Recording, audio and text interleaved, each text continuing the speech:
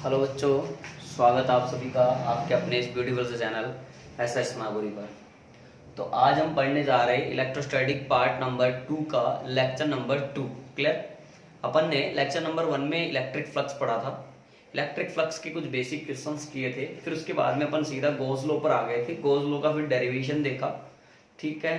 और अब जस्ट अपन स्टार्ट करने वाले हैं important points related to Gauss law, यानी गाउस के नियम से संबंधित कुछ महत्वपूर्ण बिंदु हमें जो ध्यान रखने हैं। देखो फर्स्ट पॉइंट लिखा हुआ है बोर्ड पर, Gauss law is valid only for those fields which follows Coulomb's square law. कहने का मतलब गाउस का नियम केवल उन्हीं फील्ड यानी उन्हीं क्षेत्रों के लिए लागू होता है जो कूलाम के व्युत्क्रम वर्ग के नियम का पालन करते हैं। ई की वैल्यू कितनी आती है? K Q upon R square.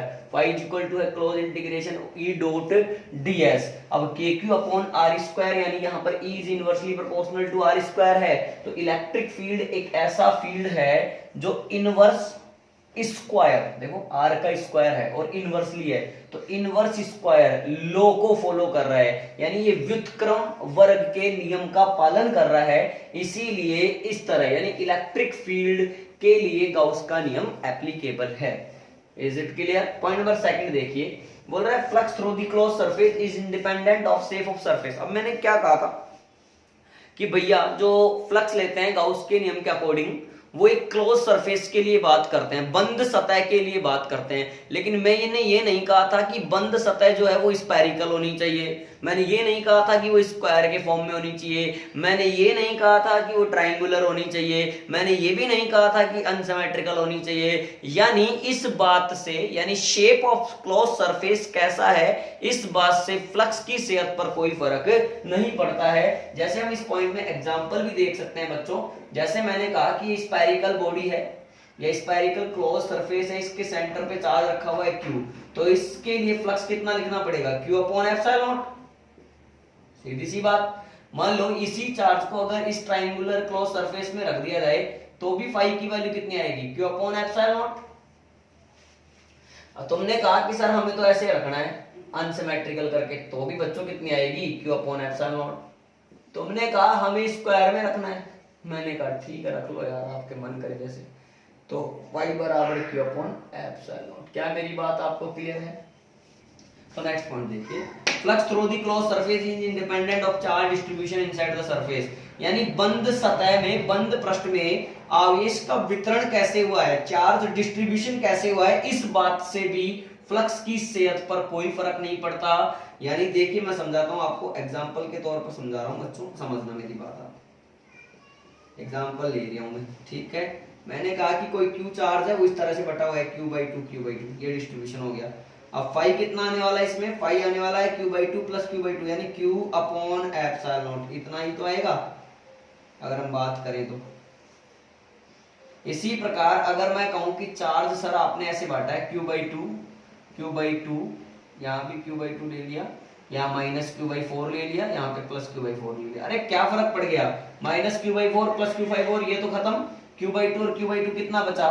Q, यानी आंसर आया Q अपॉन एप्सिलॉन नॉट। तो बात ये समझ में आई पॉइंट नंबर 3 से कि जो विद्युत फ्लक्स होता है वो बंद पृष्ठ के अंदर आवेश वितरण यानी किसी भी क्लोज सरफेस के अंदर जो चार्ज डिस्ट्रीब्यूशन होता है उस पर भी डिपेंड नहीं करता है। पॉइंट नंबर 4 देखिए, flux through the close surface is independent of location of charge inside the surface.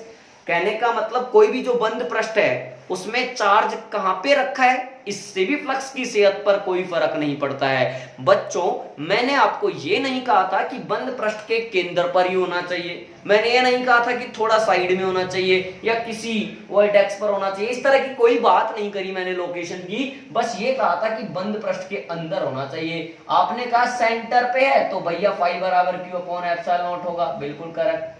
आपने कहा कि सर यहां थोड़ा साइड में है Q, तो फाई बराबर तब भी Q अपॉन एप्सिलॉन नॉट ही होगा। तो क्या इस चार्ज की लोकेशन से फ्लक्स की सेहत पर कोई फर्क पड़ा? कोई फर्क नहीं पड़ा। पॉइंट नंबर 5 बिल्कुल इजी है। गॉस लॉ जो बच्चों होता है वो फ्री स्पेस यानी वैक्यूम और मीडियम दोनों के लिए एप्लीकेबल है। अपन एप्सिलॉन नॉट तो काम में ले ही ले रहे हैं, अगर मीडियम आएगा तो एप्सिलॉन काम में ले लेंगे। एप्सिलॉन नॉट क्या है? Electrical permittivity of free space, तो एप्सिलॉन क्या हो जाएगा? Electrical permittivity of medium. Clear? अच्छा ये पॉइंट बोर्ड के हिसाब से काफी इंपॉर्टेंट पॉइंट आया भी था सवाल एक बार बच्चों।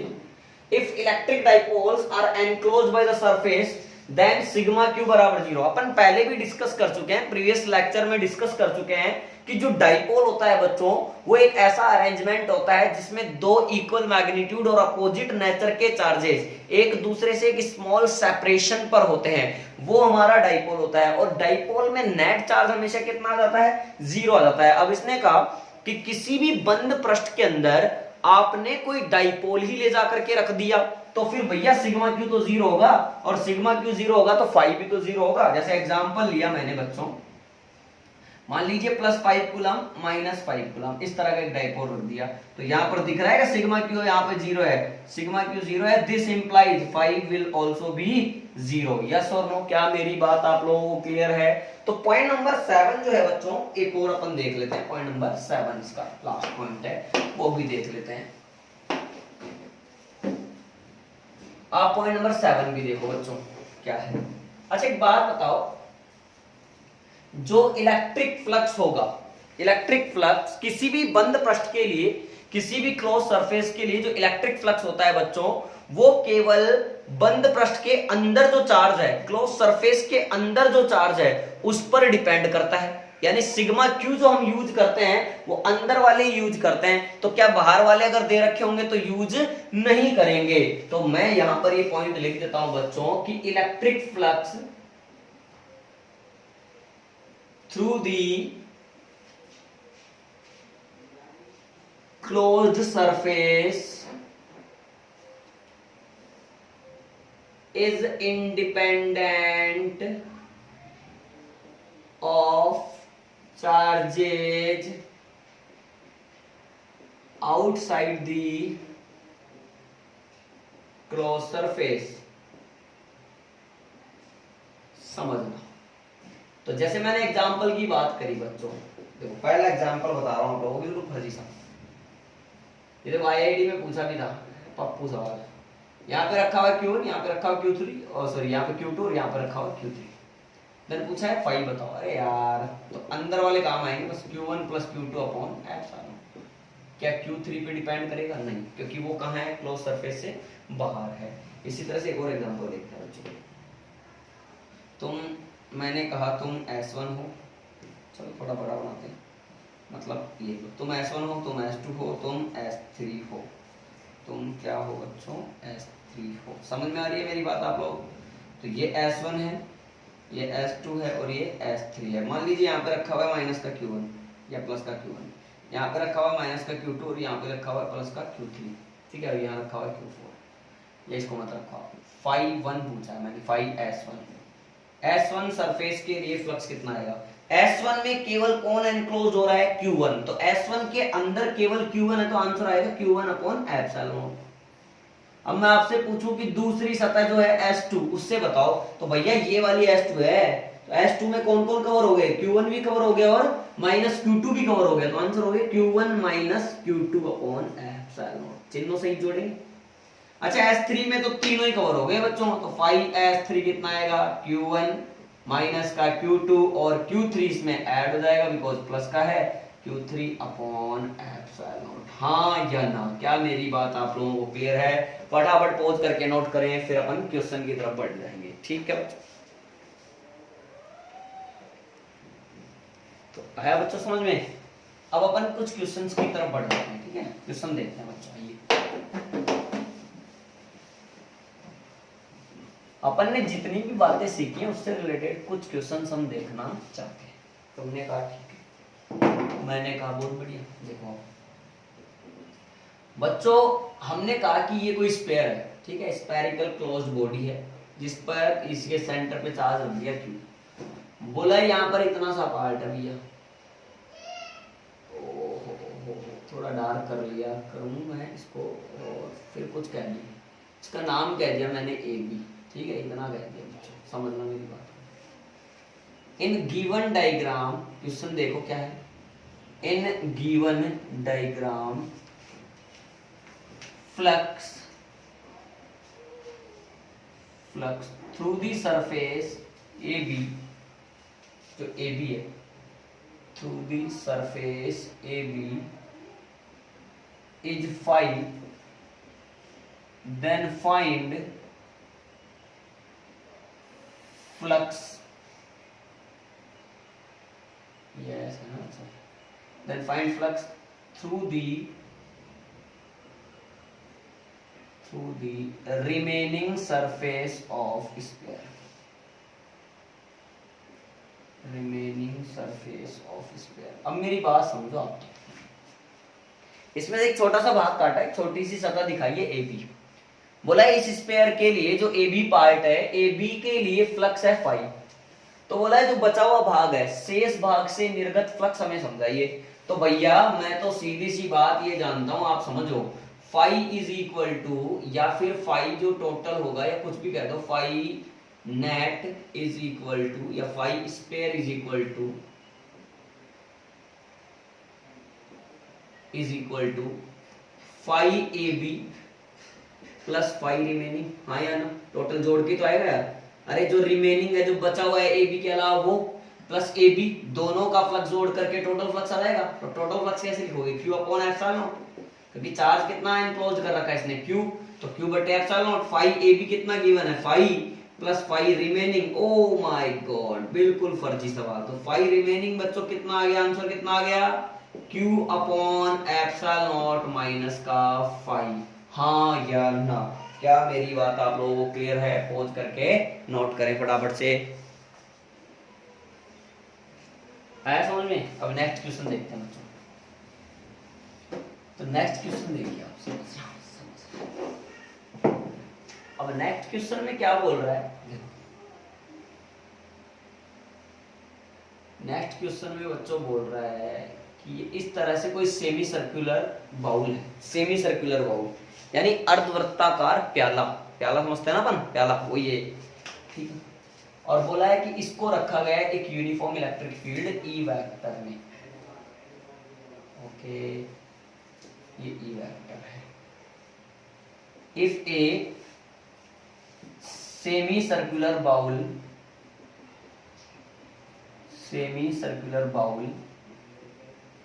is placed in a uniform electric field E vector, then find electric flux through the bowl if radius of bowl is r।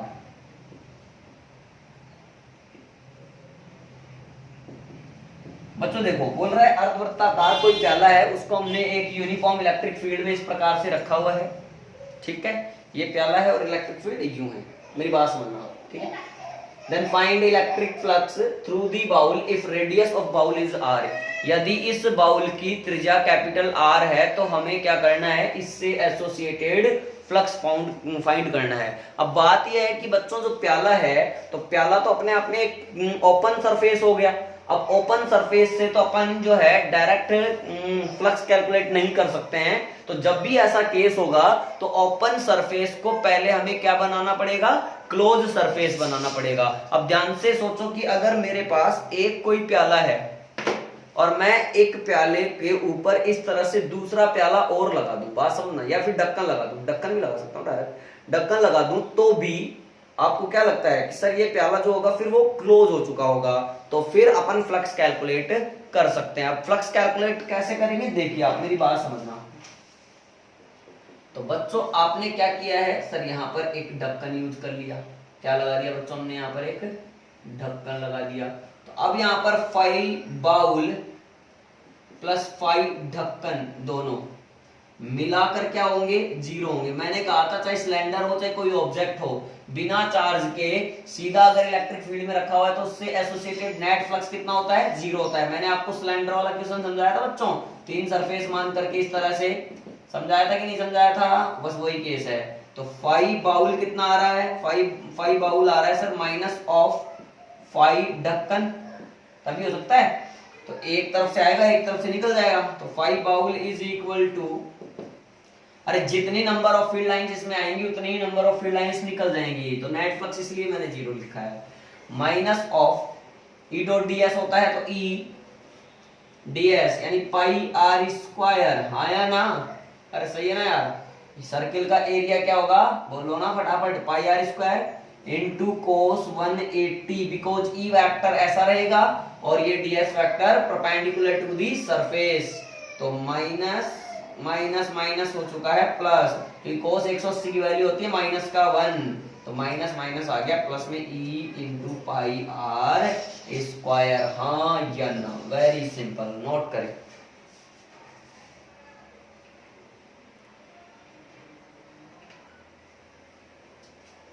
आया समझ बच्चों? अब नेक्स्ट क्वेश्चन देखो आप, इधर आओ। नेक्स्ट क्वेश्चन हमारा क्या है बच्चों, देखना। मान लीजिए ये बोल रहा है इस तरह से, वो इस सेमी सर्कुलर बाउल है, आया ना? और बोल रहा है इसके सेंटर पे रखा हुआ है charge q. If q is placed at the centre of semi circular bowl, then find flux through the bowl। भैया वही बात है, प्याला तो वही है, ओपन सरफेस है तो प्याले के ऊपर लगा दो एक और प्याला, हाँ या ना? फिर बन जाएगा ये क्लोज सरफेस। अरे बनेगा कि नहीं बनेगा, हाँ या ना? तुमने कहा सर बने तो ये बना डाला, हाँ या ना? तो फाई, अब जो फाई नेट होगा या फाई जो भी टोटल हमारा होगा, फाई नेट वो आएगा q upon epsilon. But phi bowl कितना होगा बच्चों? सर देखो फाई नेट जो है ना वो है क्यू अपॉन एप्सिलॉन, क्योंकि क्यू चार्ज एनक्लोज्ड हो चुका है। लेकिन हमें किससे पूछा है बोलो? केवल बाउल से पूछा है, तो बाउल के ऊपर अपन ने एक और बाउल लगाया, तो नेट चार्ज तो क्यू एनक्लोज हो चुका है, तो नेट फ्लक्स आया क्यू अपॉन एप्सिलॉन नॉट। लेकिन अगर एक सिंगल बाउल से ही हम लोगों को पूछा गया है तो फिर इसका जस्ट आधा, तो यानी आ जाएगा क्यू अपॉन 2 एप्सिलॉन नॉट। बिल्कुल इमेजिन करने वाली चीज है बच्चों, आया समझ में? थोड़ा फील करेंगे समझ में आएगा। अब देखिए अपन और भी फील करने वाली कुछ बातें करते हैं, अपन क्यूब की प्रॉब्लम्स देखते हैं, यानी क्यूब घन वाली प्रॉब्लम्स देखते हैं। आइए इसमें केस बनाते हैं बच्चों। केस नंबर फर्स्ट देखो, if charge Q is placed at the centre of cube के सेंटर पे रख दिया जाए चार्ज को। अब आप एक कमरे को क्यूब समझ सकते हैं, 6 सरफेस है, देखो छत को गिनो 1, फर्श को गिनो 2, इधर वाली दीवार 3, इधर वाली दीवार 4, सामने वाली दीवार 5, पीछे वाली दीवार 6, तो टोटल 6 फेस हो गए। क्लियर है? बात समझना बच्चों। सबसे पहला केस हमसे यही पूछा है, मेरी बात समझो आप। इसने कहा है कि ये कोई क्यूब है, ये कोई भैया क्यूब है, और हमने क्या करा है, करने के लिए क्या था, इसके सेंटर पे यहां कहीं, अगर ये रूम है तो रूम के सेंटर पे किसको रख दिया? चार्ज Q को। तो पूरा का पूरा चार्ज Q एनक्लोज्ड है। देन आपसे मैं अगर फाई क्यूब पूछूं, क्यूब से कितना फ्लक्स निकलेगा बच्चों? Q अपॉन एप्सिलॉन नॉट, हाँ या ना? बट अगर इसी केस के लिए, यानी जब चार्ज क्यूब के सेंटर पे रखा हुआ है, उसी केस में हमसे पूछा जाए कि किसी एक फलक से, किसी एक सरफेस से, किसी एक फेस से क्या बताइए? फ्लक्स बताइए। तो एक फेस से, पहले ये देखो ना टोटल फेस कितनी है? 6 हैं। तो टोटल अगर 6 फेस है, 6 फेस के लिए बच्चों फ्लक्स है Q अपॉन एप्सिलॉन नॉट, तो एक के लिए कितना होगा? Q अपॉन 6 एप्सिलॉन नॉट, हाँ या ना? तो इस तरीके से अपन ने कर लिया phi of each surface is equal to आना चाहिए Q अपॉन 6 एप्सिलॉन नॉट, हाँ या ना? क्या मेरी बात आप लोगों को क्लियर है बच्चों? अब नेक्स्ट मेरी बात आप लोग समझेंगे। केस नंबर 2 देखो, मैं ये कहना चाहता हूं, अगर आपने किसी भी चार्ज को कहां रख दिया, अब की बार किसी एक फेस के, अब फेस टोटल 6 हैं, तो किसी एक फेस के सेंटर पे ले जाके रख दिया भैया मैंने, जैसे छत के सेंटर पे ले जाके रख दिया, उस केस में मुझसे पूछेगा अब बता फ्लक्स कितना है। तो अगर सोच, पहले ध्यान से इमेजिन कर, अगर तूने क्या करा हो, तूने किसी एक फेस के सेंटर पे ले जाकर के तेरा चार्ज रख दिया, तो भैया फिर ये चार्ज जो है ना वो क्यूब से एनक्लोज्ड नहीं हो पाया है, फिर इस क्यूब के ऊपर तेरे को लगाना पड़ेगा एक और क्यूब, ताकि ये क्या हो पाए, एनक्लोज्ड हो पाए। तो मेरी बात समझना, अब मेरी बात ये है बच्चों, देख पहले मैं लिख देता हूं, if charge Q is placed, if charge q is placed at the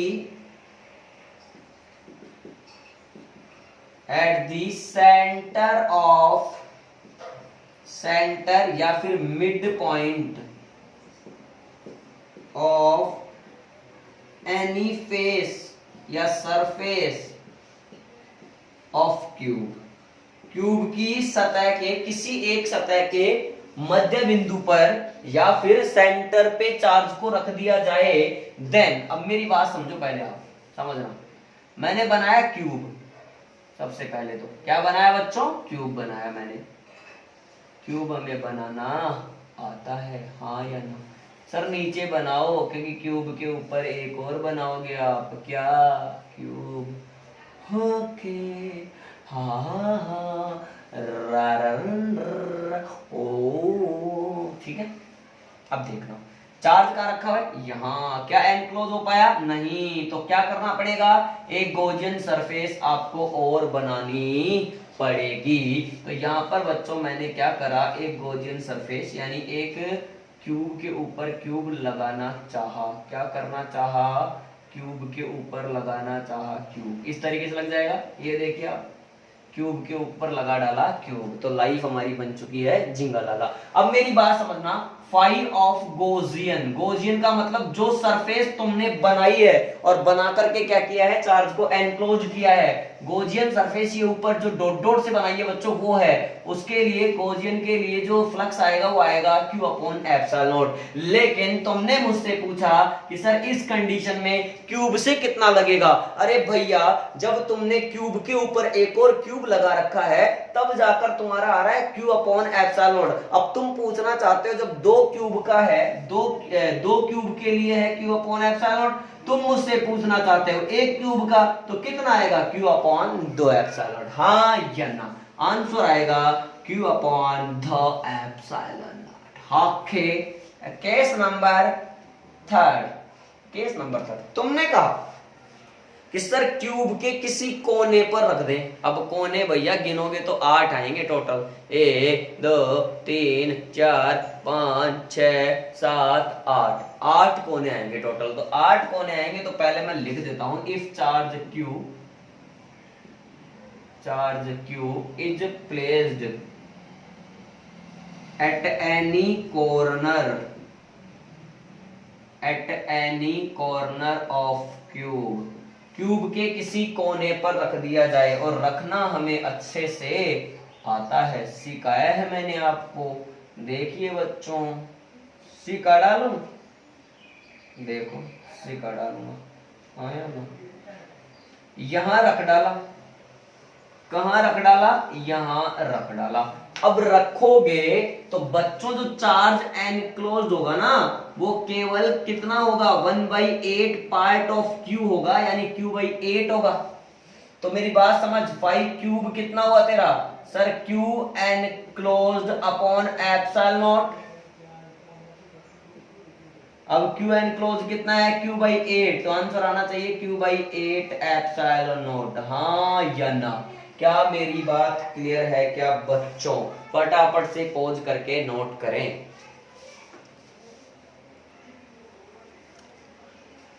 तो आगे बच्चों आपको क्यूब की प्रॉब्लम समझ। अब अपन क्वेश्चन देखते हैं कुछ, है ना? आइए,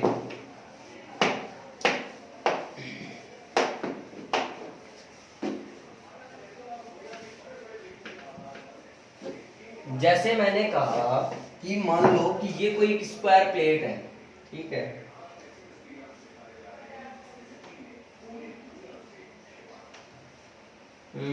ये एक स्क्वायर प्लेट है इस तरीके से, सीधा ही बना लेता हूं मैं, ठीक है,